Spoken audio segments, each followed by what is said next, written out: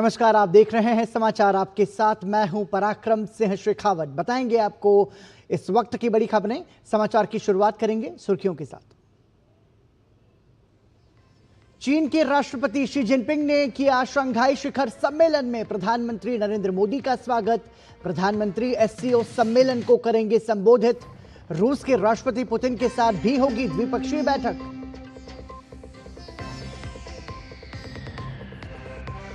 चीन और भारत विकास के साझेदार, प्रतिद्वंद्वी नहीं। प्रधानमंत्री मोदी और चीन के राष्ट्रपति शी जिनपिंग के बीच द्विपक्षीय बैठक। कहा, विवादों में नहीं बदलने चाहिए मतभेद। दोनों देशों के संबंध एक बहुध्रुवीय विश्व के लिए आवश्यक। प्रधानमंत्री ने मन की बात कार्यक्रम में फिर दिया वोकल फॉर लोकल का मंत्र। स्वदेशी को बताया विकसित और आत्मनिर्भर भारत का आधार। साथ ही प्रतिभा सेतु से लेकर सोलर क्रांति तक का किया जिक्र।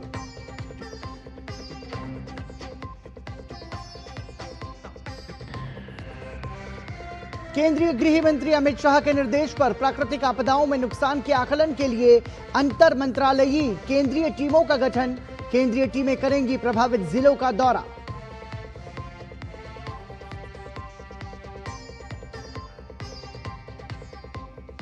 और एशिया कप हॉकी में भारतीय टीम की जीत का सिलसिला जारी। जापान को रोमांचक मुकाबले में 3-2 से हराकर दर्ज की लगातार दूसरी जीत। कप्तान हरमनप्रीत सिंह ने किए 2 गोल। और सुर्खियों के बाद अब खबरों पर नजर विस्तार से। चीन के तियानजिन में शंघाई शिखर सम्मेलन में प्रधानमंत्री नरेंद्र मोदी का चीन के राष्ट्रपति शी जिनपिंग ने स्वागत किया। सम्मेलन में सभी 10 सदस्य देश, डायलॉग साझेदार देश और आमंत्रित देश शिरकत कर रहे हैं।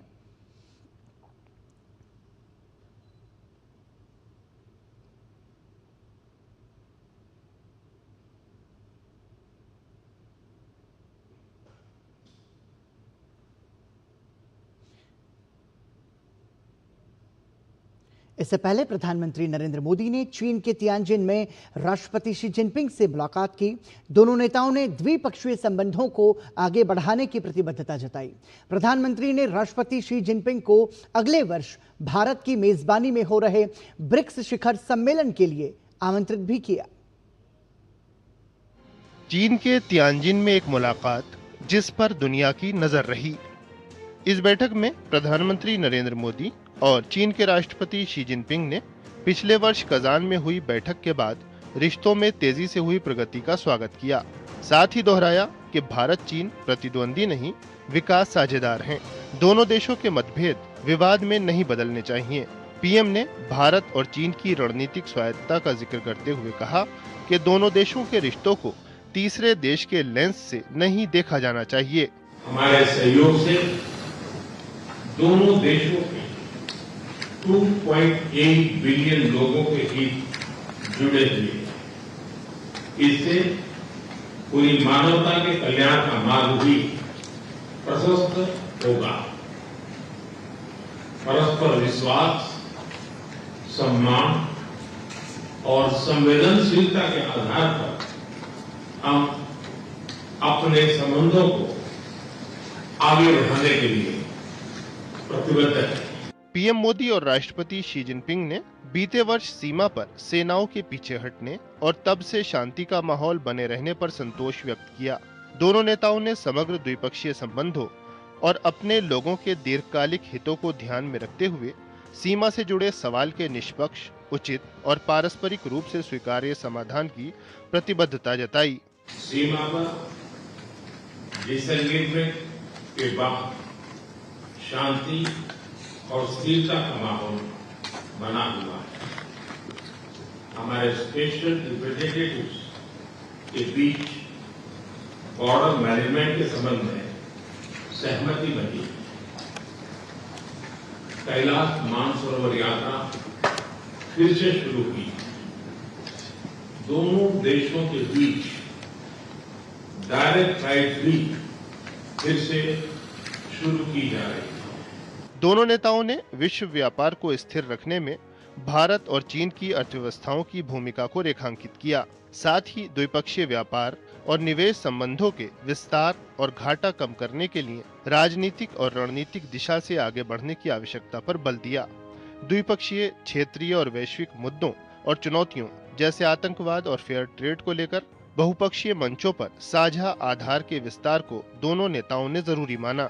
दोनों नेताओं ने बेहतर भारत-चीन रिश्तों को सुधारित बहुपक्षवाद और बहुध्रुवीय विश्व और एशिया के लिए महत्वपूर्ण बताया। China and India are two ancient civilizations in the East. We are the world's two most populous countries, and we are also important members of the global South. We both shoulder the historical responsibility of improving the well-being of our two peoples, promoting the solidarity and rejuvenation of developing countries, and propelling the progress of human society. It is the right choice for both sides to be friends who have good neighborly and amicable ties, partners who enable each other's success, and to have the dragon and the elephant dance together. प्रधानमंत्री ने चीनी communist party की polit bureau की स्थायी समिति के सदस्य काई की से भी मुलाकात की। बैठक में भारत-चीन रिश्तों को और मजबूत करने के साथ साथ द्विपक्षीय सहयोग में विस्तार पर भी चर्चा हुई। Bureau report, DD news. प्रधानमंत्री नरेंद्र मोदी 2 दिवसीय चीन दौरे पर हैं। यहां उन्होंने चीनी राष्ट्रपति शी जिनपिंग के साथ द्विपक्षीय बैठक की। प्रधानमंत्री मोदी की चीनी राष्ट्रपति शी जिनपिंग के साथ द्विपक्षीय बैठक पर विदेश सचिव विक्रम मिस्री ने बताया कि दोनों नेताओं ने द्विपक्षीय संबंधों के विकास के लिए कुछ रणनीतिक दिशा निर्देश निर्धारित किए। प्रधानमंत्री मोदी और राष्ट्रपति शी जिनपिंग ने संबंधों की समीक्षा की और व्यापार, विकास, साझेदारी, रक्षा एवं सुरक्षा तथा सीमा प्रबंधन सहित द्विपक्षीय सहयोग के विभिन्न पहलुओं पर आगे की रणनीति पर चर्चा की। Prime Minister's first engagement this morning was a bilateral meeting with President Xi Jinping of the People's Republic of China. We've released a statement on that meeting.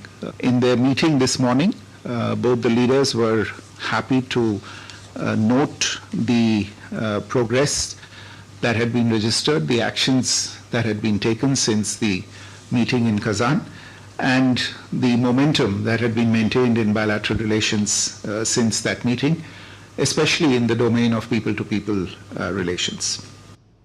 प्रधानमंत्री नरेंद्र मोदी ने मन की बात की 125वीं कड़ी में जीवन के छोटे छोटे अनुभवों से बड़े सबक सीखने, युवाओं को आगे बढ़ने के लिए प्रेरित करने और हर भारतीय को अपने योगदान की ताकत समझने पर जोर दिया। प्रधानमंत्री नरेंद्र मोदी ने बताया कि याद दिलाया कि बदलाव की शुरुआत हमेशा हमारे अपने प्रयासों से होती है।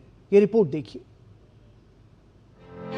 प्रधानमंत्री नरेंद्र मोदी ने अपने मन की बात की 150वीं कड़ी में देश के विकास के लिए एक भारत श्रेष्ठ भारत की भावना, देश की एकता पर जोर देते हुए प्रतिभा सेतु से लेकर सोलर क्रांति तक का जिक्र किया। साथ ही वोकल फॉर लोकल का संदेश देते हुए त्योहारी सीजन में स्वदेशी अपनाने पर जोर दिया। प्रधानमंत्री ने मानसून के इस मौसम में प्राकृतिक आपदाओं के दौरान हुए नुकसान पर दुख जाहिर करते हुए राहत, बचाव और पुनर्वास के लिए प्रशासन और एजेंसियों की तत्परता की सराहना की। पीएम मोदी ने जम्मू कश्मीर के पुलवामा में पहली बार डे नाइट क्रिकेट मैच और श्रीनगर में आयोजित देश के पहले खेलो इंडिया वाटर स्पोर्ट्स फेस्टिवल पर बात करते हुए कहा कि इन खेलों के जरिए दशकों तक अलग थलग पड़ा जम्मू कश्मीर पूरे देश के साथ जुड़ रहा है।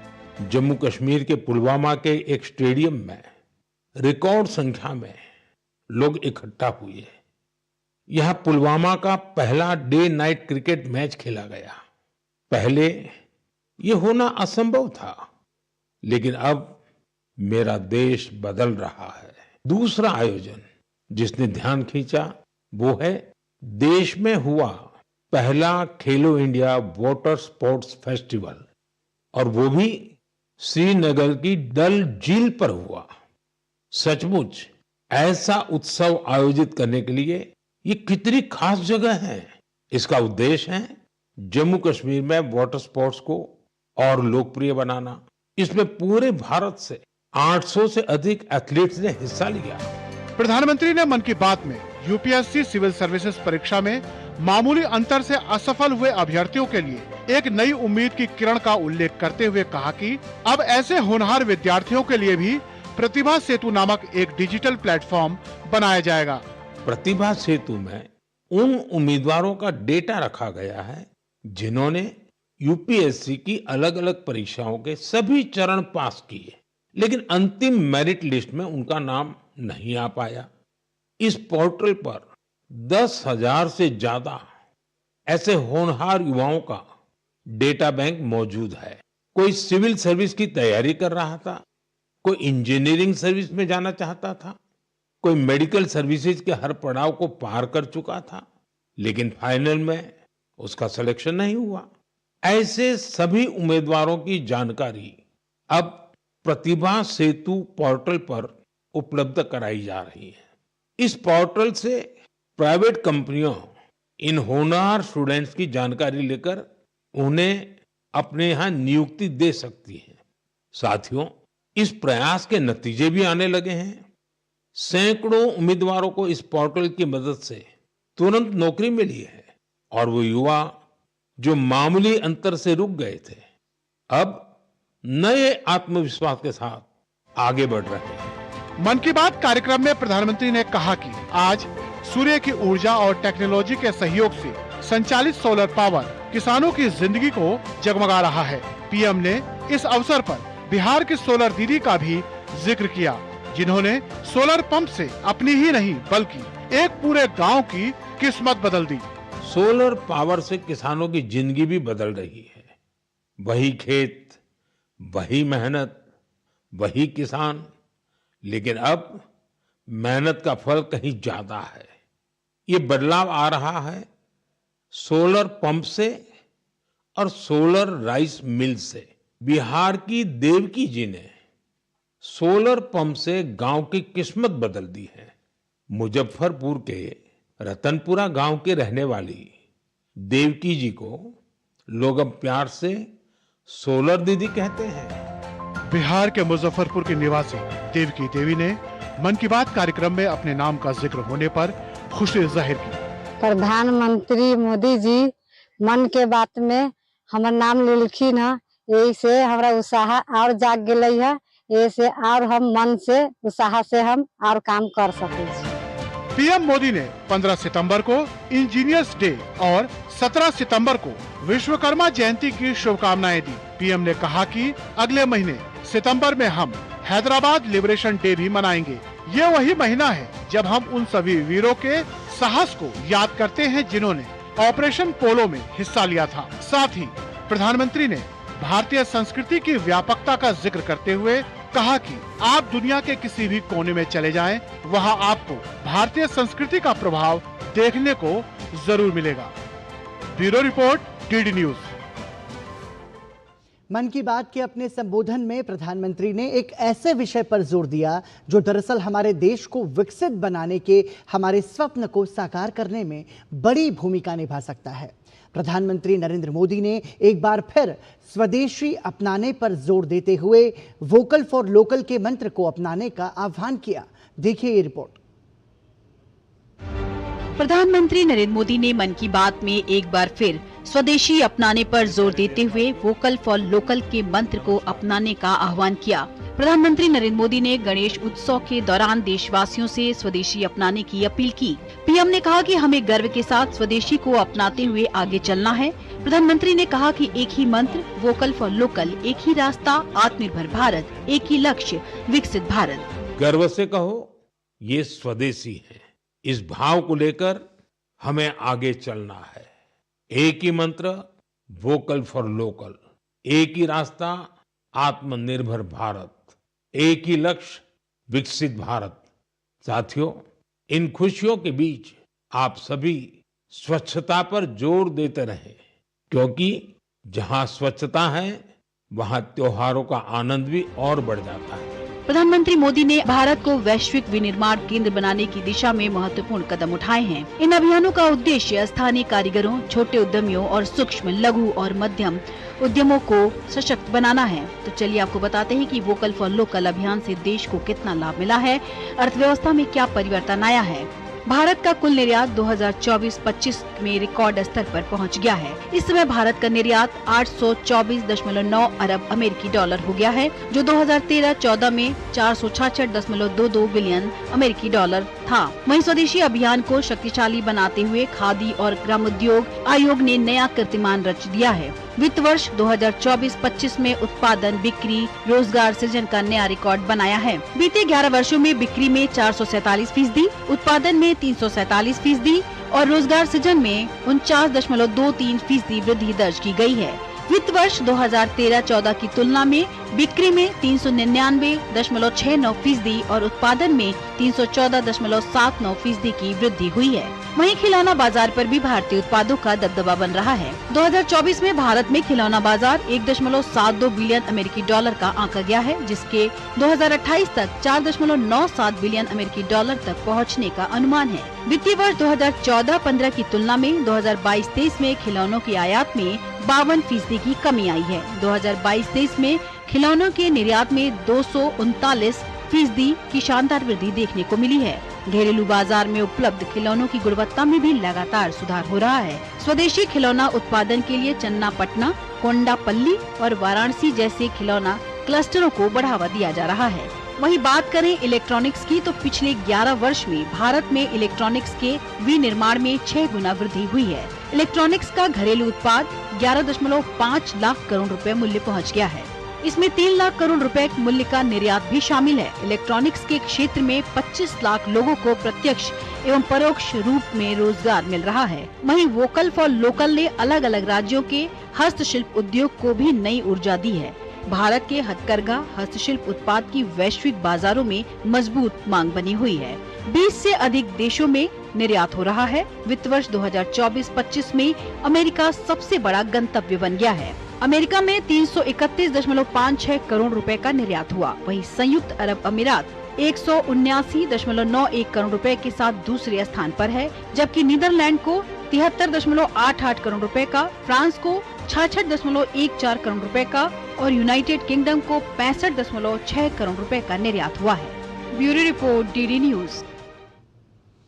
केंद्रीय मंत्री शिवराज सिंह चौहान ने प्रधानमंत्री नरेंद्र मोदी के स्वदेशी अपनाने के बयान पर खुशी जताई है। केंद्रीय मंत्री ने प्रधानमंत्री मोदी का धन्यवाद करते हुए कहा कि उनका आह्वान देश को परम वैभव के शिखर पर पहुंचाने के लिए है। देशवासियों को स्वदेशी वस्तुएं अपनानी चाहिए, जिससे लोकल फॉर वोकल को बढ़ावा मिल सके। मैं प्रधानमंत्री जी को हृदय से धन्यवाद देता हूं। उनके आह्वान देश को परम वैभव के शिखर पर पहुंचाने के लिए है। हमारे सामने आज जो चुनौतियां खड़ी है, उनका एक ही समाधान है कि हमारे देशवासी स्वदेशी अपनाएं। हमारे दैनिक जीवन में जो भी चीज उपयोग में आती है, हम अपने देश में बनी हुई ही खरीदें। वह हमारी अर्थव्यवस्था को भी मजबूत करेगी, वह हमारे लोगों को रोजगार भी देगी, वह हमारे आर्थिक दृष्टि से कमजोर वर्गों का सहारा बनेगी। प्रधानमंत्री नरेंद्र मोदी की इस अपील का बाजारों में क्या कुछ असर है? लोगों में स्वदेशी अपनाने का क्या कुछ जज्बा है? हमारी संवाददाता शहला निगार ने दिल्ली के बाजार का जायजा लिया और जाना कि लोग स्वदेशी को कितना पसंद कर रहे हैं। प्रधानमंत्री नरेंद्र मोदी ने मन की बात में बात की है स्वदेशी की। कहा है कि त्योहारी सीजन में जो भी अपनाए स्वदेशी अपनाए। इस पहल को कैसे देखते हैं? बिल्कुल, हम लोगों को एनकरेज करना चाहिए। हमारा जो ट्रेडिशंस हैं, जो आर्ट है, कपड़ों के थ्रू जो कम्युनिकेटेड हो रहा है, इसको ज़रूर से एनकरेज करना चाहिए और सारे लोगों को लेना चाहिए। हैंडलूम की चीज़ें या जो लोकल बनी हुई चीज़ें हैं, उस सबको बढ़ावा देना चाहिए। I believe in it. यहाँ से चीज़ें खरीदारी इसलिए करनी चाहिए क्योंकि इन लोगों को बढ़ावा मिलता है। एंड यहीं आप दूसरे कोई ब्रांडेड स्टोर्स पे जाएंगे, वो यही सेम चीज़ बढ़ा के देते, तो आई थिंक यहाँ से लेनी चाहिए चीज़ें। इन लोगों को भी बढ़ावा मिलेगा, इनको भी कमाने को मिलेगा and you'll get a better quality. Delhi आती हूँ तो आई नेवर मिस यहाँ का जो मतलब लोकल सब जगहों से जो है चीज़ें यहाँ पे आती हैं। तो मैं बैंगलोर से मतलब स्पेसिफिकली जब भी काम पे आती हूँ तो समय निकाल के यहाँ पे आती हूँ और यहाँ पर इतना सुंदर है, मतलब सारे जो नॉर्थ के अलग अलग प्रदेशों से जो चीज़ें आती हैं वो शायद हमको वहाँ पे नहीं मिलती हैं, और I think it just enhances the beauty of a woman. मतलब इतनी कलरफुल चीज़ें होती है, और यहाँ पे मतलब it's just you meet also the artist, जो मतलब ये लोग हैं, इनको समझ है इन चीज़ों का। Wonderful, I mean, amazing. We got to tour Taj Mahal. We saw the artisans with the marble and the stone work, so very impressive. इतना इम्पोर्टेंट है हमारे इंडिया के लिए, कल्चर को रिप्रेजेंट करता है हमारे artisans, so I mean they are doing very good, very good, and बहुत मेहनत करते हैं, तभी हमारे पास जाके हमारे कस्टमर मतलब कि फॉरेनर्स आते हैं हमारे पास, इतना लाइक करते हैं हमारे कल्चर को। We should appreciate to all of them. Bharat की कोल्हापुरी चप्पल जो कि भारत के आर्टिसंस के हाथों से बनाई हुई है, कितनी खूबसूरत होती है। उसी चप्पल को अगर आप किसी ब्रांड में, प्रारा जैसे ब्रांड में जाते हैं तो आप लाखों रुपए देकर खरीदते हैं। तो ये खूबसूरती है हमारे देश के आर्टिसंस के हाथों की। अगर हम अपने देश की आर्टिसंस के जो यहाँ के लोग हैं, कारीगर हैं, उनके हाथों की बनी चीज़ों को खरीदेंगे तो कहीं ना कहीं हम उन्हें बढ़ावा देंगे। और इसीलिए प्रधानमंत्री नरेंद्र मोदी ने कहा कि एक ही मंत्र, वोकल फॉर लोकल, एक ही रास्ता, आत्मनिर्भर भारत, और एक ही लक्ष्य, विकसित भारत। कैमरा पर्सन राधे कृष्णा के साथ मैं शहला निगार, डीडी न्यूज के लिए। प्रधानमंत्री की मन की बात कार्यक्रम पर दिल्ली में क्या है लोगों की प्रतिक्रिया, बता रहे हैं हमारे संवाददाता गिरीश निशाना।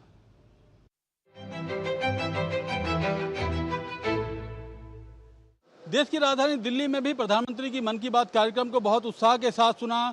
कुछ लोग हमारे साथ हैं, बात करते हैं। मुझे खेल से संबंधित जो उन्होंने अपनी खेलो इंडिया का जो बात रखी वो बहुत अच्छी लगी, और उनमें 2 अपने बच्चों का भी उन्होंने उसमें इंटरव्यू दिखाया, बहुत अच्छा लगा। इससे युवा को प्रेरणा मिलेगी खेल में जाने के लिए। आज उन्होंने हमारा स्वदेशी की तरफ ध्यान कराया, और आज की डेट में ऑर्डर ऑफ द डे है। जिस तरीके की देख रहे हैं दूसरे लोग हम पे टैरिफ लगा रहे हैं, तो हमें आत्मनिर्भर होने की ज़रूरत है, और हमें लघु उद्योग को आगे बढ़ाने की ज़रूरत है, जो आज की ऑर्डर ऑफ द डे है। और जिस तरीके हम देख रहे हैं देश बदल रहा है, लेकिन कहीं ना कहीं लोग खेलों से हटके मोबाइल की तरफ और कंप्यूटर की तरफ ज़्यादा कन्वर्ट हो रहे हैं। तो प्रधानमंत्री जी ने हमें कहीं ना कहीं इंडिकेशन दिया है कि कहीं ना कहीं आज हम खेलों को आगे बढ़ाएं और सब मिलकर एक उत्साह बनाएं। आज एक तो मैं अपने देश के प्रधानमंत्री को बहुत बहुत बधाई दूंगी, क्योंकि आज 125वां एपिसोड था। सभी ने ये बड़े ध्यान से सुना। उसमें एक स्वदेशी की जो बात कही, एक आत्मनिर्भरता की बात करी, और वो एक बहुत ही सराहनीय है। उसमें सभी को काम, देश के प्रधानमंत्री ने कहा है कि सभी को कार्य करने चाहिए, और अपने हाथों से दूसरे विदेश के काम नहीं, अपने भारत में बने हुए कार्य को आगे लेके आए। और स्पोर्ट्स की इतनी अच्छी बात की देश के प्रधानमंत्री ने। मैं सबसे अच्छा लगा जो उन्होंने कहा कि देश को लोकल से वोकल, कि हर जगह आदमी को अपना ही सामान खरीदना चाहिए। और सबसे बढ़िया लगा कि बच्चों को जो है खेल में रुचि होनी चाहिए, जिससे कि बच्चे मोबाइल की तरफ या दूसरे नशे की तरफ ना जाए। ये हमने सबसे अच्छा लगा। तो कहीं ना कहीं प्रधानमंत्री हमेशा प्रेरणादायक बातें करते हैं, और आज भी काफ़ी उन्होंने बातें की जो लोगों को काफ़ी दिल को छू गई। कैमरामैन अनिकेत दुबे के साथ गिरीश निशाना, डीडी न्यूज, दिल्ली। प्रधानमंत्री के स्वदेशी अपनाओ अपील पर मशहूर लोक गायक मालिनी अवस्थी ने प्रसन्नता जताई है। डीडी न्यूज़ के साथ विशेष बातचीत में अपने देश की तारीफ की मालिनी अवस्थी ने डीडी न्यूज़ के दर्शकों के लिए खास गीत सुनाकर स्वदेशी अपनाने की अपील की। मशहूर लोक गायिका मालिनी अवस्थी हमारे साथ अभी बातचीत के लिए मौजूद है। मालिनी जी, प्रधानमंत्री ने स्वदेशी अपनाने पर जोर दिया है। एक लोक गायिका, एक सामाजिक जो है व्यक्तित्व होने के नाते क्या कहेंगे? राष्ट्र का असली नेता वही है जो देश के स्वाभिमान को जागृत करे। मुझे लगता है प्रधानमंत्री मोदी जी ने, उनका सबसे बड़ा योगदान यही है कि एक राष्ट्र जिसको 2013-14 में जब हम लोग एक पूरे विश्व में एक निराशा कह ले, एक दबे हुए राष्ट्र जैसी कहीं न कहीं परसेप्शन था, प्रधानमंत्री जी ने उसको न सिर्फ ध्वस्त किया है, एक आम भारतीय के मन में भी ये विश्वास जगाया कि आप कर सकते हैं। कब ये हुआ कि हमने एक बुनकर का सम्मान किया, कब ये हुआ कि हमने मिट्टी के बर्तन निर्मित करने वाले कुम्हार का सम्मान किया। एक एक चीज में कहीं ना कहीं स्वदेशी आचरण, ये सिर्फ कहने से नहीं आएगा, हम सबको राष्ट्र धर्म समझ करके इसको अपनाना होगा। प्रधानमंत्री के मेक इन इंडिया अभियान को पंख लगाने के लिए माननीय अवस्थी दो पंक्ति गुनगुना कर कुछ संदेश देना चाहेंगे? मत लई हो अरे कपड़ा विदेशी, ओ परदेसी बालमा। नायिका अपने पति से कह रही तुम परदेश तो जा रहे हो, वहां से मेरे लिए कपड़ा मत लाना। बच्चों को कोट पैंट हरगिज ना मंगाइए, हरगिज ना मंगाइए, हरगिज ना मंगाइए। बचे रोजाना रे खर्चा 1000, स्वदेशी ओ बालमा। विदेशी के चक्कर में पैसा रुपया कौड़ी न खर्चा करो, अपना बनाओ, अपना पहनो, स्वदेशी होने में भी धन्यवाद। माननीय अवस्थी जो लोकप्रिय लोक गायिका हैं, वो अपने गीतों के माध्यम से दूरदर्शन के दर्शकों के लिए ये आह्वान करना चाह रही हैं कि स्वदेशी अपनाओ। कैमरामैन पीयूष वर्मा के साथ दिल्ली से मैं राजेश राज, डीडी न्यूज के लिए।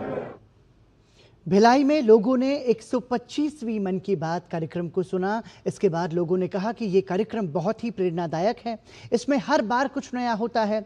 इससे देश में चल रही अनजानी पहलों और योजनाओं की जानकारी मिलती है, साथ ही देश की पारंपरिक कला, उद्योग धंधों को बढ़ावा मिलता है। मन की बात सुनने वाले स्थानीय लोगों ने बताया कि इस संस्करण में प्रधानमंत्री नरेंद्र मोदी ने स्वदेशी और युवा प्रतिभाओं पर विशेष रूप से बात की।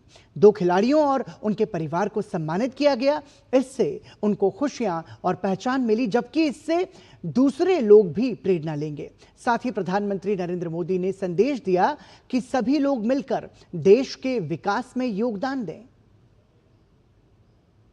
देखिए, देश में ये 125वां एपिसोड है मोदी जी का, जिसमें उन्होंने स्वदेशी की बात कही है, युवाओं की प्रतिभाओं की बात की है। हर एपिसोड में कोई नई बात लेके आते हैं, किसी न किसी प्रतिभा को उभारते हैं, किसी न किसी उद्योग धंधे को बढ़ाते हैं। महिलाओं ने जो काम किए हैं, जो हमारी लखपति करोड़पति दीदी बनाने का काम उनके माध्यम से हो रहा है। आज के एपिसोड में जिस तरह से उन्होंने 2 खिलाड़ियों से बात की और दोनों खिलाड़ियों के परिवार को भी सम्मानित करने की बात की है। आज लगातार उनके माध्यम से जैसे बाढ़ की विभीषिका दिखलाई गई, और बाढ़ की विभीषिका में जो नए नए यंत्रों का उपयोग करके हजारों लोगों को बचाने का काम किया गया है, ये सारी चीजें उनके माध्यम से की गई है। खेल के क्षेत्र में हो, कला के क्षेत्र में हो या पढ़ाई के क्षेत्र में हो, हर क्षेत्र में वो छोटी छोटी जो तकनीकी हैं वो माननीय नरेंद्र मोदी जी निकाल रहे हैं, और बच्चों को आगे बढ़ाने के लिए आप देख रहे हैं कि एक छोटे से जगह से बच्चे निकल के आज विदेशों में खेलने जा रहे हैं। उज्ज्वला योजना का लाभ निश्चित ही प्रधानमंत्री जी ने गरीब महिलाओं के लिए जो गैस जो चूल्हे पे अपनी आँख खराब करती थी चूल्हा चला के, उन लोगों के लिए ये योजना लाई है, जो बहुत ही एक स्वास्थ्य के लिए और एक गरीबों के हित के लिए ये योजना थी। उज्ज्वला योजना का लाभ महिलाएं अभी भी ले रही हैं और उनको प्रॉपर समय पर सिलेंडर मिल जा रहा है। प्रधानमंत्री नरेंद्र मोदी की मन की बात को उत्तर पूर्वी राज्य अरुणाचल प्रदेश के चांगलांग में भी लोगों ने सुना, जिसमें बड़ी संख्या में महिलाएं भी शामिल थीं, जिनका कहना है कि प्रधानमंत्री ने उत्तर पूर्वी राज्यों के विकास को नई दिशा दी है।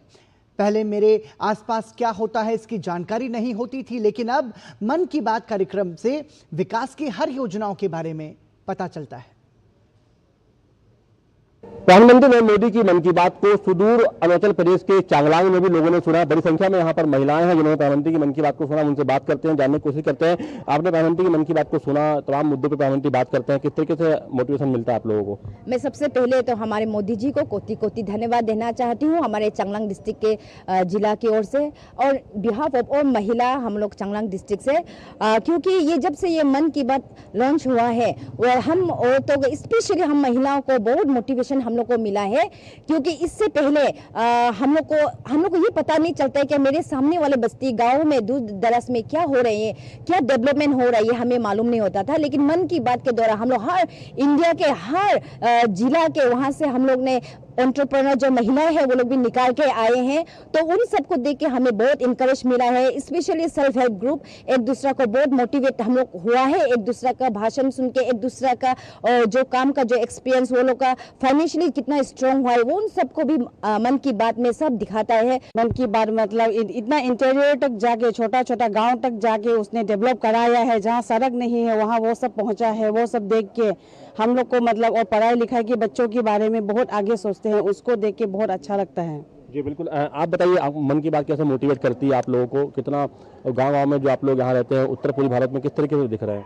हम लोग तो विजयनगर में रहने वाला है, मैं तो बहुत दूर का रहने वाला है, फिर भी हम लोग मन की बात हमें सुन के बहुत अच्छा लगा, इसलिए थैंक यू। बिल्कुल बिल्कुल। तो ये यहाँ पर सुदूर अरुणाचल प्रदेश के चांगलांग डिस्ट्रिक्ट के यहाँ पर लोग थे जिन्होंने प्रधानमंत्री की मन की बात को सुना। और मन की बात कहीं ना कहीं देखिए सभी को प्रेरणा देती है, चाहे वो गांव में रहने वाले लोग हों, चाहे वो बस्ती में रहने वाले लोग हों, चाहे वो शहरों के लोग हों। और खासतौर पर महिला वर्ग जो है वो काफ़ी उत्साहित रहता है प्रधानमंत्री की मन की बात को सुनने के लिए। और प्रधानमंत्री जिस तरीके से मन की बात में तमाम मुद्दों को रखते हैं, वो मुद्दे कहीं ना कहीं लोगों को काफ़ी प्रेरित करते हैं और देश के विकास में अपना सहयोग देने के लिए, देश को आगे बढ़ाने के लिए मोटिवेट करते हैं।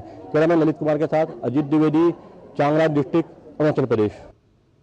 बिहार में राहुल गांधी की वोटर अधिकार यात्रा के दौरान प्रधानमंत्री नरेंद्र मोदी और उनकी मां के खिलाफ अपमानजनक टिप्पणी का मामला बढ़ रहा है। इस मामले को लेकर असम की राजधानी गुवाहाटी में भाजपा कार्यकर्ताओं ने कांग्रेस और राहुल गांधी के खिलाफ विरोध प्रदर्शन किया। प्रदर्शन करने वाले भाजपा के कार्यकर्ताओं ने कहा कि राहुल गांधी ने प्रधानमंत्री की माताजी के बारे में अपमानजनक टिप्पणी करके पूरे देशवासियों का अपमान किया है। राहुल गांधी जी ने माननीय प्रधानमंत्री जी का मां के नाम में इतना खराब बात बोल के सारा देश का वासी का मां का नाम में बदनाम किया है। ऐसे एक तो हम लोग का सॉइस से हम लोग का लेने वाला नहीं है। जो प्रधानमंत्री एक पेड़ मां के नाम ये देने के लिए बोल रहा है, उसके मां के नाम दिया है। इसलिए भारतीय जनता पार्टी हर कर्मी ये सॉइस में लिया नहीं है, उसको हर तरह हम प्रतिवाद हम लगेंगे। और वोटर अधिकार यात्रा के दौरान दरभंगा में मंच से प्रधानमंत्री नरेंद्र मोदी और उनकी मां को कहे गए अपशब्दों को लेकर देश भर में विरोध प्रदर्शन जारी है। सुदूर उत्तर पूर्वी राज्य अरुणाचल प्रदेश के चांगलांग में भी महिलाओं ने इस घटना के विरोध में कांग्रेस को आड़े हाथों लेते हुए विरोध प्रदर्शन किया। अरुणाचल प्रदेश के चांगलांग में भी इसी तरीके का प्रदर्शन यहाँ पर किया जा रहा है। कुछ महिलाएं यहाँ पर इकट्ठा है जो कि लगातार यहाँ पर प्रदर्शन कर रही हैं और जिस तरीके से प्रधानमंत्री को लेकर अशब्दों का उपयोग किया जा रहा है, उनके परिवार को लेकर अशब्दों का उपयोग किया जा रहा है, उसको लेकर यहाँ पर लगातार प्रदर्शन हो रहा है। क्या मांग है आप लोगों की, क्या प्रदर्शन कर रहे हैं आप? कांग्रेस पार्टी के विरोध हम ये प्रदर्शन कर रहे हैं, खास तौर से राहुल गांधी जी के खिलाफ, क्योंकि ये देश के दुर्भाग्य है कि राहुल गांधी जैसे नेता अपने से बुजुर्ग मोदी जी की मां के खिलाफ गाली देते हैं, अपशब्द जैसे शब्द वो इस्तेमाल करते हैं। राहुल गांधी वो इस प्रकार से ये माताएं को, जो माता है उनको इस प्रकार से एड्रेस करते हैं। इसलिए हम सभी यहाँ महिलाएं, खास तौर से युवाएं इकट्ठे हुए हैं विरोध करने के लिए। हम मोदी जी के साथ हैं। जिस तरह राहुल गांधी ने मोदी जी और उनके मां को जो शब्द इस्तेमाल किया है, वो असल में अगर देखा जाए तो इतना बड़ा नेता हो के वो शब्द यूज़ नहीं करना चाहिए था। जो कि हम एक महिला है तो हम जानते हैं कि हमें कितना बुरा लगता है, और जिस तरह से एक बुजुर्ग को जो शब्द यूज़ किया है वो हमारे पूरे देश के माता के बराबर है, और हम है महिलाओं, उसके लिए हम मोदी जी के साथ है राहुल गांधी के विरोध में। हमारे प्रधानमंत्री जी के मां का जो अपमान किया है, इसलिए उनके विरोध में हमने ये आज ये प्रोग्राम, ये रैली रखा है उनके अगेंस्ट में। जी बिल्कुल। तो पूरे देश सहित उत्तर पूर्वी जो सुदूर राज्य है अरुणाचल प्रदेश, वहाँ पर भी जो है प्रधानमंत्री और उनकी मां को अशब्द कहने के खिलाफ यहाँ पर लगातार आक्रोश है, और यहाँ पर महिलाएं जो है वो लगातार यहाँ पर कांग्रेस पार्टी और उनके नेताओं के विरोध में यहाँ प्रदर्शन कर रही हैं। कैमरामैन ललित कुमार के साथ अजीत द्विवेदी, डीडी न्यूज, चांगलांग, अरुणाचल प्रदेश। केंद्रीय मंत्री प्रहलाद जोशी ने वोटर अधिकार यात्रा के बहाने से महागठबंधन और कांग्रेस नेता राहुल गांधी पर तंज कसा है। केंद्रीय मंत्री ने इशारों में कहा कि कांग्रेस नेता की बिहार में कोई वैल्यू नहीं है। उन्होंने कहा कि वोटर अधिकार यात्रा तेजस्वी यादव ने गठबंधन से सलाह के बिना इसकी घोषणा की और राहुल गांधी भी पीछे पीछे चल दिए। Congress party has no value there. Rahul Gandhi has no. When Rahul Gandhi is touring in Bihar, Mr. Tejasvi Yadav, without speaking, without consulting announcement, इनका कीमत क्या है ये तो पता चल जाता है, इनका वैल्यू क्या है, इनका इज्जत क्या है वो पता चल जाता है। एंड इनका कोई उधर वैल्यू नहीं है। ये तो उनके पीछे पीछे पीछे जा रहे हैं, उनके शर्ट पकड़ के, लेकिन उनको कुछ नहीं है उधर, इसीलिए उन्होंने अनाउंस किया, इन्होंने देखते देखते बैठा। टीएमसी नेता महुआ मोइत्रा द्वारा गृह मंत्री अमित शाह को लेकर दिए गए विवादित बयान को राष्ट्रीय लोक मोर्चा के राष्ट्रीय अध्यक्ष उपेंद्र कुशवाहा ने आपत्तिजनक बताया है। उपेंद्र कुशवाहा ने कहा कि इस बयान के लिए उनके खिलाफ तुरंत मुकदमा दर्ज होना चाहिए और उनकी गिरफ्तारी होनी चाहिए। टीएमसी नेत्री का बयान आया है, यह बहुत ही आपत्तिजनक है। इस तरह की भाषा का इस्तेमाल तो कोई बड़ा अपराधी या आतंकवादी ही कर सकता है। इस तरह के बयान के लिए उनके ऊपर तुरंत मुकदमा दर्ज होना चाहिए और उनकी गिरफ्तारी होनी चाहिए। वहीं छत्तीसगढ़ के मुख्यमंत्री विष्णुदेव साय ने भी टीएमसी सांसद महुआ मोइत्रा द्वारा की गई अभद्र टिप्पणी की निंदा की है। लोकतंत्र में ऐसी बात नहीं होनी चाहिए और इसकी घोर भर्त्सना करते हैं, निंदा करते हैं। ऐसा लोकतंत्र में इस तरह के अशोभनीय भाषा का कोई जगह नहीं है। उत्तर प्रदेश के उप मुख्यमंत्री ब्रजेश पाठक ने सपा प्रमुख अखिलेश यादव पर निशाना साधा है। उप मुख्यमंत्री ने अखिलेश यादव के एक्स पोस्ट को लेकर सपा प्रमुख को पूरी तरह से भ्रमित बताया है। उप मुख्यमंत्री ने कहा कि उनके पास राज्य और देश को आगे ले जाने के लिए कोई विजन नहीं है और उन्हें आत्मचिंतन करना चाहिए। अखिलेश यादव जी पूरी तरह से दिग्भ्रमित हो चुके हैं। देश को आगे बढ़ाने के लिए, प्रदेश को आगे बढ़ाने के लिए उनके पास कोई विजन नहीं है। आत्मलोकन करें और प्रदेश को आगे बढ़ाने में अपना योगदान दें। नई दिल्ली में भारत के आध्यात्मिक, सांस्कृतिक और राष्ट्र निर्माण में राज दरभंगा का योगदान विषय पर संगोष्ठी हुई। इसमें राज दरभंगा पुस्तक का भी विमोचन किया गया। संगोष्ठी में केंद्रीय वन एवं पर्यावरण मंत्री भूपेंद्र यादव ने कहा कि मिथिला कला, दर्शन, संस्कृति और ज्ञान की धरती है। आजादी से पहले भी मिथिला क्षेत्र में राज दरभंगा के प्रयास से शिक्षा, कला और स्थापत्य के लिए बड़ा काम हुआ है। यहां तक कि राज दरभंगा ने बनारस में काशी हिंदू विश्वविद्यालय के निर्माण में भी विशेष सहयोग दिया। आजादी से पहले भी दरभंगा राज में स्थापत्य को लेकर, कला को लेकर, शिक्षा को लेकर बहुत सारा कार्य हुआ। मेरी उत्सुकता भी जगी और फिर आजादी के पहले पंडित मदन मोहन मालवीय जी ने जिस बनारस हिंदू विश्वविद्यालय की स्थापना करी, उसके लिए मुक्त रूप से दरभंगा राज की तरफ से सहायता दी। दरभंगा मेडिकल कॉलेज खोला गया। भारतीय जनता पार्टी के कर्नाटक के श्री क्षेत्र धर्मस्थल में कथित सामूहिक दफन मामले की जांच को विशेष जांच दल से हटाकर राष्ट्रीय जांच एजेंसी को सौंपने की मांग की है। इस मांग को लेकर भाजपा ने 1 सितंबर 2025 को बड़े पैमाने पर धर्मस्थल चलो रैली की घोषणा की है। रैली का उद्देश्य जन समर्थन जुटाना और एनआईए जांच की मांग को मजबूत करना है। भाजपा का कहना है कि एनआईए जांच से जनता और भक्तों में विश्वास बढ़ेगा और पारदर्शिता सुनिश्चित होगी। कर्नाटक भाजपा अध्यक्ष और विधायक बीवाई विजयेंद्र ने कहा कि धर्मस्थल के खिलाफ षड्यंत्र और अपप्रचार ने हिंदू भावनाओं को ठेस पहुंचाई है। भाजपा ने कर्नाटक की कांग्रेस सरकार और मुख्यमंत्री सिद्धरामैया पर जल्दबाजी में एसआईटी जांच शुरू करने का आरोप लगाया है। कर्नाटक भाजपा अध्यक्ष ने चेतावनी दी कि ऐसी दुर्भावनापूर्ण ताकतें अन्य हिंदू मंदिरों के खिलाफ भी साजिश रच सकती हैं। बीवाई विजयेंद्र ने कांग्रेस सरकार पर तीखा हमला बोला है, जिसमें उन्होंने सवाल उठाया कि कांग्रेस सरकार श्री क्षेत्र धर्मस्थल के खिलाफ षड्यंत्र रचने वालों और इस पवित्र तीर्थ स्थल के बारे में झूठी अफवाहें फैलाने वालों के खिलाफ कोई ठोस कार्रवाई क्यों नहीं कर रही है। ये सरकार की निष्क्रियता और उदासीनता धार्मिक भावनाओं को आहत करने वालों को प्रोत्साहन दे रही है, जो हिंदू भक्तों के लिए अस्वीकार्य है। Why Siddaramaiah government has not initiated any action against the conspirators against the people who are spreading the false rumors. Why no FIR has been registered against those conspirators? This is the question that Siddaramaiah government needs to answer. Bharatiya Janata Party, we have organized Dharma Jagriti Samavesha, Dharmasthala Chalo on September 1st. More than 1 lakh people will gather on September 1st in Dharmasthala. People across Karnataka, irrespective of caste, irrespective of political party, everybody will be present on in Dharmasthala for Dharmasthala Chalo. Telangana के विकाराबाद में केंद्रीय शिक्षा मंत्री धर्मेंद्र प्रधान एकलव्य ग्रामीण विकास foundation में संदीपनी गुरुकुलम छात्रावास भवन के उद्घाटन समारोह में शामिल हुए। इस दौरान केंद्रीय मंत्री ने कार्यक्रम में शामिल होकर खुशी जताई और कहा कि विकसित भारत बनाने के लिए ये एक अच्छा मॉडल बने और अच्छे नागरिक बनने से ही अच्छा देश बनेगा। एकलव्य कृषि फाउंडेशन की ओर से, ग्रामीण कृषि फाउंडेशन की ओर से एक बहुत बढ़िया प्रयोग यहाँ किया जा रहा है।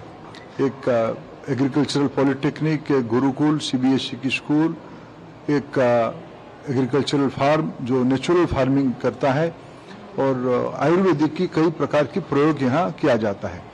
विकसित भारत बनाने के लिए ये एक अच्छा मॉडल बने, अच्छे नागरिक बनने से अच्छे देश बनेगा। इसी प्रयोग को आगे लेने के लिए फाउंडेशन ने अच्छा काम कर रहा है। मेरे को यहाँ आके अच्छा लगा है। दरभंगा महाराज का नाम तो आपने सुना होगा। जी हां, बिहार के मिथिलांचल के दरभंगा महाराज ने देश भर में शिक्षा की अलख जगाई। उनकी विरासत को आगे बढ़ाने के लिए दिल्ली में एक सेमिनार का आयोजन किया गया, जिसमें आरएसएस सरकारवाह दत्तात्रेय होसबाले मुख्य अतिथि के रूप में शामिल हुए, जबकि केंद्रीय मंत्री भूपेंद्र यादव ने कार्यक्रम की अध्यक्षता की। आइए देखते हैं राजेश राज की ये खास रिपोर्ट। भारत के आध्यात्मिक, सांस्कृतिक और राष्ट्र निर्माण में राज दरभंगा का योगदान विषय पर दिल्ली के एक 5 सितारा होटल में सेमिनार का आयोजन किया गया। इस मौके पर राज दरभंगा पुस्तक का विमोचन भी किया गया। इस मौके पर आरएसएस के सर कार्यवाह दत्तात्रेय होसबाले ने राज दरभंगा द्वारा शिक्षा के क्षेत्र में किए गए कार्य की प्रशंसा की। उन्होंने कहा कि मेडिकल कॉलेज, संस्कृत विश्वविद्यालय समेत अनेक विश्वविद्यालयों, महाविद्यालयों के निर्माण में दरभंगा राज के महाराज कामेश्वर सिंह ने बड़ी भूमिका निभाई। राजेश्वर जी, कामेश्वर सिंह जी, इन सभी के कालखंड में दरभंगा के राजवंश ने जिस प्रकार प्रजावत्सल कार्य किए, लोकहित के कार्य किए, समाज के उन्नति के विविध प्रकार के जो उपक्रम उन्होंने चलाए, यह एक अद्भुत रोचक इतिहास है, प्रेरणादायी है। केंद्रीय वन एवं पर्यावरण मंत्री भूपेंद्र यादव ने अपने अध्यक्षीय भाषण में कहा कि मिथिला कला, दर्शन, संस्कृति और ज्ञान की धरती है। आजादी के पहले भी मिथिला क्षेत्र में राज दरभंगा के प्रयास से शिक्षा, कला और स्थापत्य के लिए बड़ा काम हुआ है। यहाँ तक कि राज दरभंगा ने बनारस में काशी हिंदू विश्वविद्यालय के निर्माण में भी विशेष सहयोग दिया। आजादी से पहले भी दरभंगा राज में स्थापत्य को लेकर, कला को लेकर, शिक्षा को लेकर बहुत सारा कार्य हुआ और मेरी उत्सुकता भी जगी। पंडित मदन मोहन मालवीय जी ने जिस बनारस हिंदू विश्वविद्यालय की स्थापना करी, उसके लिए मुक्त रूप से दरभंगा राज की तरफ से सहायता दी। दरभंगा मेडिकल कॉलेज खोला गया। बहुत दिनों से मैं सोचता था जो एक किताब का विमोचन हो, जिसमें एक ओवरऑल जो क्या क्या कॉन्ट्रीब्यूशंस है उसमें आ जाए, वो भी हिंदी में हो। आज इच्छा पूरी हुई और संगोष्ठी भी हुई, सबने अच्छा बोला और थोड़ा सा सबको पता तो चला जो क्या what all Darbhanga did for the nation building and all. इस मौके पर राज दरभंगा के युवराज कुमार अरिहंत सिंह का 18वां जन्मदिन भी मनाया गया। राज दरभंगा और दरभंगा महाराज का नाम तो आपने सुना ही होगा। स्वाधीनता आंदोलन हो या फिर शैक्षणिक संस्थाओं के निर्माण की कड़ी हो, इसमें राज दरभंगा की बड़ी भूमिका रही है। उसकी इसी भूमिका को स्थापित करने के लिए एक बार फिर से नई पीढ़ी को याद दिलाने के लिए इस सेमिनार का आयोजन किया गया है। जो आने वाली पीढ़ी के लिए नजीर साबित होगा। कैमरामैन पीयूष वर्मा के साथ राजेश राज, डीडी न्यूज, दिल्ली। देश की कृषि अर्थव्यवस्था में बागवानी क्षेत्र की भूमिका लगातार बढ़ रही है। इससे न सिर्फ किसानों की आय में वृद्धि हुई है, बल्कि पोषण, सुरक्षा, ग्रामीण रोजगार और कृषि में विविधीकरण को भी प्रोत्साहन मिला है। भारत आज दुनिया का दूसरा सबसे बड़ा फल और सब्जी उत्पादक है। मसालों, नारियल और काजू के उत्पादन में भारत का अग्रणी स्थान है। पिछले एक दशक में बागवानी क्षेत्र ने तेजी से विकास किया है। 2013-14 में जहां कुल बागवानी उत्पादन 280.70 मिलियन टन था, वहीं 2024-25 में ये बढ़कर 367.72 मिलियन टन हो गया है। इसमें 114.51 मिलियन टन फल, 219.67 मिलियन टन सब्जियां और 33.54 मिलियन टन अन्य बागवानी फसलें शामिल हैं। 2014-15 से 2023-24 के बीच फलों का उत्पादन 30% और सब्जियों का उत्पादन 22% बढ़ा है। उत्पादकता में भी सुधार हुआ है। फलों की उत्पादकता 14.17 से बढ़कर 15.80 मीट्रिक टन प्रति हेक्टेयर और सब्जियों की 17.76 से बढ़कर 18.40 मीट्रिक टन प्रति हेक्टेयर हो गई है। इन उपलब्धियों के पीछे केंद्र सरकार की योजनाओं की महत्वपूर्ण भूमिका है। इनमें एकीकृत बागवानी विकास मिशन, राष्ट्रीय बागवानी मिशन, बागवानी क्लस्टर विकास कार्यक्रम और स्वच्छ पौध कार्यक्रम शामिल है। इन योजनाओं के माध्यम से किसानों को उच्च गुणवत्ता वाले बीज उपलब्ध कराना, उत्पादन बढ़ाना, आधुनिक तकनीकों को बढ़ावा देना और उनकी बाजार तक पहुंच सुनिश्चित कराने पर जोर दिया गया है। एकीकृत बागवानी विकास मिशन MIDH के तहत जुलाई 2025 तक देश के विभिन्न राज्यों में कुल 58 उत्कृष्टता केंद्रों को मंजूरी दी है, जिनमें से 55 क्लस्टर्स की पहचान बागवानी क्लस्टर विकास कार्यक्रम के तहत की गई है। और इसी के साथ आपको बताते हैं अब अगली खबर, और आपको बता दें कि डीडी न्यूज़ एक्सक्लूसिव खबर है। हमारी फौज ने ऑपरेशन सिंदूर की सफलता से क्या अनुभव अर्जित किए और भविष्य के वॉरफेयर को लेकर क्या रणनीति तैयार की है, हमारी संवाददाता नंदिता डागर ने सेंट्रल आर्मी कमांड के प्रमुख लेफ्टिनेंट जनरल अनिंद्या सेन गुप्ता से खास बातचीत की। रण संवाद, कॉन्वर्सेशंस अबाउट वॉरफेयर, हमारी तो इतनी पुरानी इतिहास है, बिकॉज कौटिल्य ने और हमारे जो फॉर्मर सेंट्स हैं उन्होंने भी जो गुरुकुल की प्रथा है उसमें देखा है। Op Sindoor is ongoing, still ongoing, as our Prime Minister says. Just a few days back, the Prime Minister announced operation Sudarshan Chakra. तो इतने डायनामिक एनवायरनमेंट में हमारा ये रण संवाद कॉन्क्लेव होना वो कितना अहम है? ये इस मौके पे ये रण संवाद होना बहुत ही निहायत ज़रूरी है। और जैसे आपने बताया कि ऑप सिंदूर में जो सक्सेस हमारे फौज, हमारे नेशन को मिली है, जिसके कारण हमने उसके टेररिस्ट कैंप, उसके टेररिस्ट अड्डे ध्वस्त कर दिए हैं, उसको आगे बढ़ाना और उससे जो लेसन्स निकले हैं उनको आगे ले जाने के लिए ये रण संवाद इस वक्त बहुत ज़रूरी है। और इस रण संवाद में ये तय किया गया है कि हमारी पुरानी चाणक्य नीतियाँ, हमारे पुराने शास्त्रों में जो लेसन्स निकले हैं उनको आज की स्ट्रैटेजी के साथ किस तरह मिलाया जाए, ताकि जो फ्यूचर टेक्नोलॉजी है उसका जब हम इस्तेमाल करते हैं और उसको जो हम नीति बनाते हैं, उसकी जो स्ट्रैटेजी बनाते हैं, उसको हम किस तरह से आगे ले जाएं, ताकि हमारी ऑपरेशनल रीच, हमारी ट्रेनिंग, हमारी टैक्टिक्स, प्लानिंग बिल्कुल टेक्नोलॉजी को मद्देनज़र रखते हुए, हमारी अपनी स्ट्रैटेजी को मद्देनज़र रखते हुए, ना कि किसी बोरोड स्ट्रैटेजी लेकिन अपनी स्ट्रैटेजी को मद्देनज़र रखते हुए आगे बढ़ के हमारी देश की काबिलियत और डिटरेंस कैपेबिलिटी किस तरह बढ़ेगी। प्रधानमंत्री नरेंद्र मोदी के नेतृत्व में केंद्र सरकार प्राकृतिक आपदाओं से प्रभावित राज्यों के साथ कंधे से कंधा मिलाकर खड़ी है और लोगों की कठिनाइयों को कम करने में मदद कर रही है। केंद्रीय गृह मंत्री अमित शाह के निर्देश पर गृह मंत्रालय ने हिमाचल प्रदेश, उत्तराखंड, पंजाब और केंद्र शासित प्रदेश जम्मू कश्मीर के लिए भारी वर्षा, बाढ़, बादल फटने और भूस्खलन से हुए नुकसान का आकलन करने हेतु अंतर मंत्रालयीय केंद्रीय टीमों का गठन किया है। ये केंद्रीय टीमें अगले सप्ताह की शुरुआत में हिमाचल प्रदेश, उत्तराखंड, पंजाब और जम्मू कश्मीर के बाढ़ भूस्खलन प्रभावित जिलों का दौरा करेंगी। अंतर मंत्रालयीय केंद्रीय टीमें राज्य सरकार द्वारा किए जा रहे राहत कार्यों और स्थिति का मौके पर जाकर आकलन करेंगी।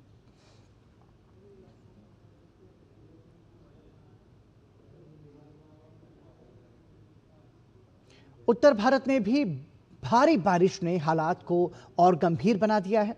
जम्मू कश्मीर, हिमाचल, उत्तराखंड, दिल्ली, पंजाब और हरियाणा से लेकर राजस्थान और गुजरात तक कहीं बाढ़ तो कहीं भूस्खलन से जनजीवन अस्त व्यस्त है। कहीं सड़कें टूटी हुई हैं, कहीं पुल बह गए हैं और कहीं लोग सुरक्षित स्थानों पर शरण लेने को मजबूर हैं।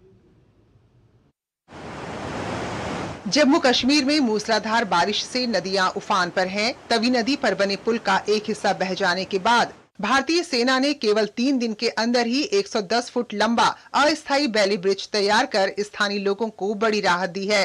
वहीं जम्मू श्रीनगर राष्ट्रीय राजमार्ग भूस्खलन के कारण बार बार बंद हो रहा है। फिलहाल 2000 से ज्यादा वाहन जगह जगह फंसे हुए हैं। मुख्यमंत्री उमर अब्दुल्ला प्रभावित इलाकों का दौरा कर हालात का जायजा ले रहे हैं। बात करें हिमाचल प्रदेश की तो यहाँ भी हालात बेहद गंभीर हैं। चंबा का भरमौर कस्बा पूरी तरह देश से कट गया है।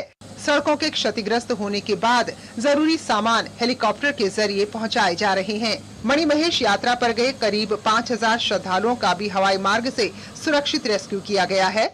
इसी बीच सोमवार के लिए ऊना, बिलासपुर, मंडी, कांगड़ा और सिरमौर में बारिश का रेड अलर्ट जारी किया गया है। उत्तराखंड में भी बारिश कहर बरपा रही है। चमोली जिले में लगातार बारिश से नंदानगर घाट बाजार में भूधसाव बढ़ गया है। ज्योतिर्मठ मलारी मार्ग बह जाने से सीमावर्ती गांवों का संपर्क टूट गया है। तो वहीं बद्रीनाथ राष्ट्रीय राजमार्ग 5 स्थानों पर बाधित है। कई इलाकों में दरारें पड़ने से मकान और गौशालाएं ढह गई हैं, जबकि 16 मकान अभी खतरे की जद में हैं। प्रभावित लोगों को राहत शिविरों में ठहराया गया है। राजधानी दिल्ली में यमुना नदी का जलस्तर खतरे के निशान को पार कर चुका है। हथिनीकुंड बैराज, वजीराबाद बैराज से लगातार छोड़े जा रहे पानी के चलते निचले इलाकों में बाढ़ का खतरा बढ़ गया है।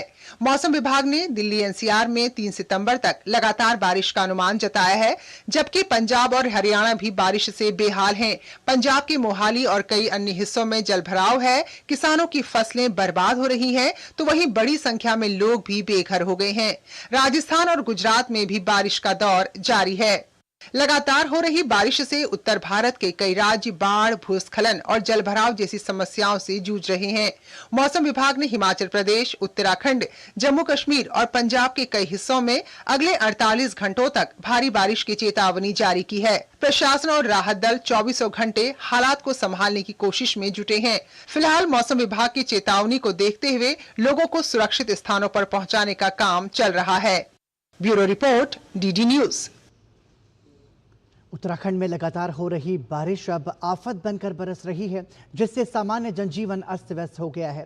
इसी स्थिति को देखते हुए मुख्यमंत्री पुष्कर सिंह धामी ने खुद मोर्चा संभाल लिया है। उन्होंने उधम सिंह नगर के नानक मत्ता में नानक सागर डैम का निरीक्षण कर हालात का जायजा लिया और कहा कि पूरे प्रदेश के लिए अगले 24 से 48 घंटे काफी महत्वपूर्ण है। पूरे राज्य की आज भी समीक्षा हुई है और चूंकि राज्य के अंदर इस समय हमारे कुछ जिले रेड अलर्ट में हैं और कुछ जिले ऑरेंज अलर्ट में हैं। अगले 24 घंटे 48 घंटे हमारे लिए बहुत अलर्ट के हैं और इसमें हम सबको पूरी निगरानी रखनी है और जो लोगों के घर इत्यादि पूरी तरह से इस आपदा में नष्ट हो गए हैं या आपदा में प्रभावित हो गए हैं, उन सभी को हम तत्काल सहायता भी दे रहे हैं, उनको सुरक्षित स्थानों पर रख रहे हैं। गणेश उत्सव देश भर में श्रद्धा और उत्साह के साथ मनाया जा रहा है। महाराष्ट्र के अलग अलग हिस्सों में गणेश उत्सव की धूम है और इसमें आम और खास सभी लोग हिस्सा ले रहे हैं।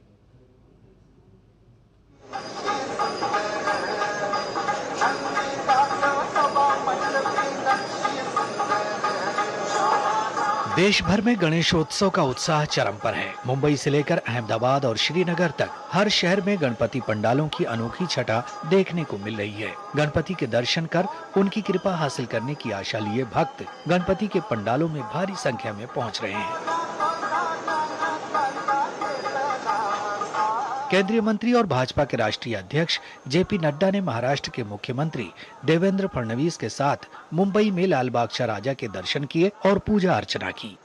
गणेश जी हमें नई स्फूर्ति, नई ऊर्जा, नई उमंग, नई ताकत देते हैं। उमंग ताकत के साथ साथ हमने मनोकामना की है कि प्रधानमंत्री मोदी जी के नेतृत्व में जिस तरीके से हम आत्मनिर्भर भारत, स्वदेशी से युक्त भारत, समर्थवान भारत, सुरक्षित भारत, समृद्ध भारत, विकसित भारत, इस ओर हम बढ़ने का प्रयास कर रहे हैं। इसमें गणेश जी का जो विघ्नहरी है वो विघ्न को दूर करें और पूरी ताकत हम सबको दें ताकि हम इस काम को 140 करोड़ का देश मोदी जी के नेतृत्व में विकसित भारत को अर्जित कर सके और सामर्थ्यवान भारत, आत्मनिर्भर भारत, स्वदेशी युक्त भारत बन सके।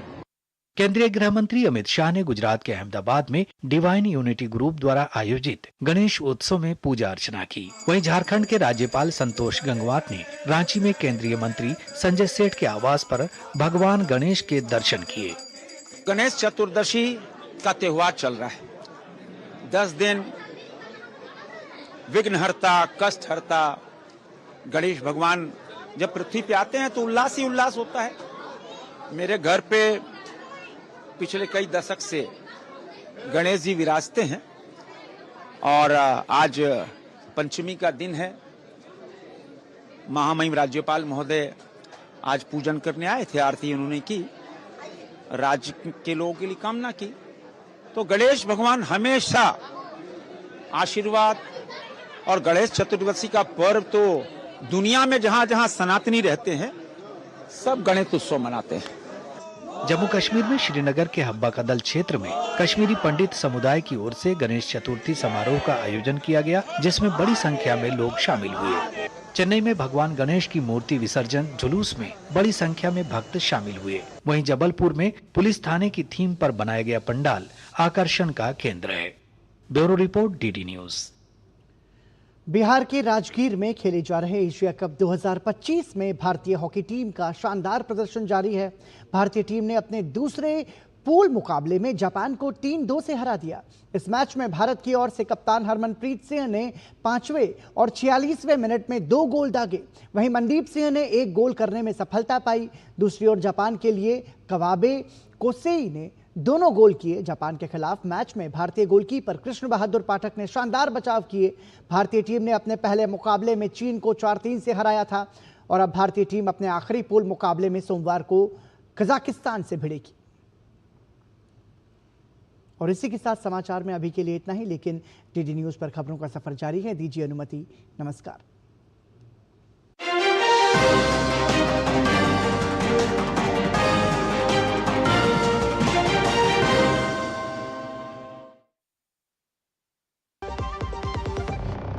आधी आबादी को पूरा अधिकार देने के अभियान में साथी और सहयोगी की भूमिका में है डबल इंजन सरकार। यशस्वी प्रधानमंत्री नरेंद्र मोदी के मार्गदर्शन एवं मुख्यमंत्री योगी आदित्यनाथ के प्रयासों ने उत्तर प्रदेश की नारी का किरदार कैसे बदला, इसका दर्पण है मिशन उन्नति। इसके अंतर्गत एक सूचकांक विकसित किया गया है जिससे सरकारी प्रयासों से हो रहे महिला सशक्तिकरण को मापा जा सकता है। महिला आर्थिक सशक्तिकरण सूचकांक WEE इंडेक्स के अनुसार उत्तर प्रदेश ने पिछले 8 वर्षों में महिला श्रम बल में हर वर्ष वृद्धि दर्ज की।